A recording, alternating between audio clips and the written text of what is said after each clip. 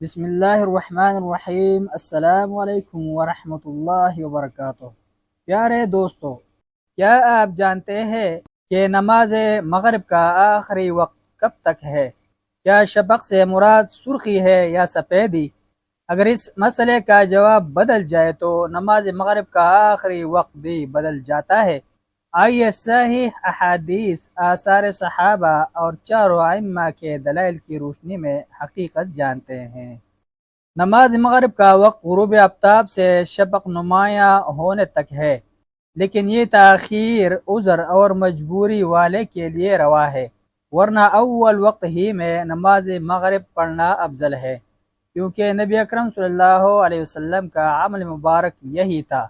کہ آپ صلی اللہ علیہ وسلم غروب آفتاب کے فوراً بعد روشنی ہی میں نماز مغرب پڑھ لیا کرتے تھے۔ چنانچہ صحیح بخاری، مسلم، ابو عوانہ، سنن بہیقی، مسند احمد اور مصنف ابن ابی شیبہ میں حضرت رافع رضی اللہ عنہ بیان فرماتے ہیں،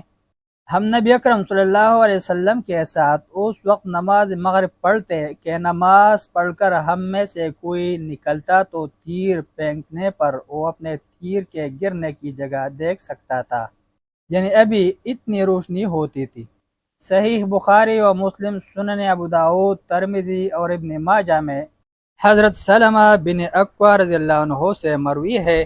نبی اکرم صلی اللہ علیہ وسلم مغرب کی نماز اس وقت پڑھا کرتے تھے جب سورج غروب ہوتا اور اس کی ٹکیا چھپ جاتی۔ امام نووی رحمہ اللہ فرماتے ہیں کہ یہ دونوں حدیثیں اس بات کی دلیل ہیں کہ غروب آفتاب کے بعد نماز مغرب کو جلد پڑھ لینا چاہیے۔ اس بات پر اجماع ہے، اور جن احادیث میں شفق کے غائب ہونے پر نماز مغرب پڑھنے کا ذکر ہے وہ بیان جواز کے لیے ہے، دوسرے یہ کہ وہ کسی سائل کے جواب میں تھی، اور یہ آپ صلی اللہ علیہ وسلم کی عادت مبارکہ کے بارے میں ہیں جن پر آپ صلی اللہ علیہ وسلم مسلسل قائم رہے، لہذا ان پر اعتماد نہیں ہوگا۔ اہل بیت کرام رضی اللہ عنہم سے مروی احادیث میں سے ایک صحیح بخاری، مسلم، ابی عوانہ، سنن ابی داؤد اور دیگر کتب میں مذکور ہے، جس میں 74 ہجری میں حجاج بن یوسف ثقفی کے امیر بن کر مدینہ آنے کے وقت کا واقعہ درج ہے۔ چنانچہ حضرت حسن بن علی رضی اللہ عنہما کے پوتے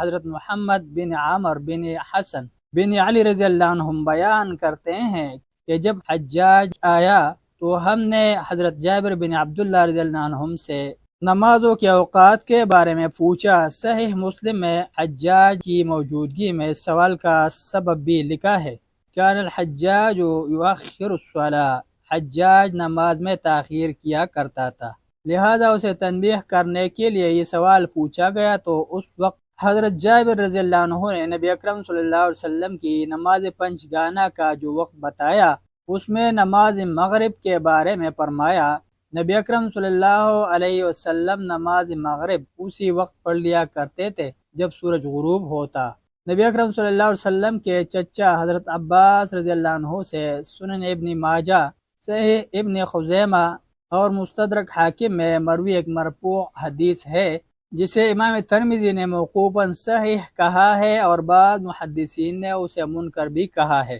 لہذا یہ قابل استدلال نہ بھی مانی جائے تو کم از کم صحیحین اور سنن والی پہلی حدیث کی تائید اس سے بھی ہوتی ہے، جس کے الفاظ ہیں، میری امت اس وقت تک فطرت سلیمہ پر رہے گی جب وہ ستاروں کی جل مل کرنے تک نماز مغرب کو مؤخر نہ کیا کریں گے۔ بالکل اسی مفہوم بلکہ انہی الفاظ والی ایک حدیث سنن ابو داؤد، مسند احمد اور مستدرک حاکم میں بھی ہے جو حضرت عقبہ بن عامر رضی اللہ عنہ سے مروی ہے۔ اس کی سند میں محمد بن اسحاق ہیں جنہوں نے تحدیث کی بھی صراحت کی ہے، فرق صرف اتنا ہے کہ اس حدیث میں ہے میری امت بہتری سے رہے گی اور فطرت سلیمہ پر رہے گی، اور پہلی میں ہے میری امت ہمیشہ فطرت سلیمہ پر رہے گی، جبکہ اسی موضوع کی کئی اور حدیث بھی ہیں جن پر اندازہ فرمائیں کہ اہل بیت رضی اللہ عنہم کی مرویات سے تو معلوم ہوتا ہے کہ غروب آفتاب کے فوراً بعد ستاروں کے جگمگانے سے پہلے نماز پڑھنا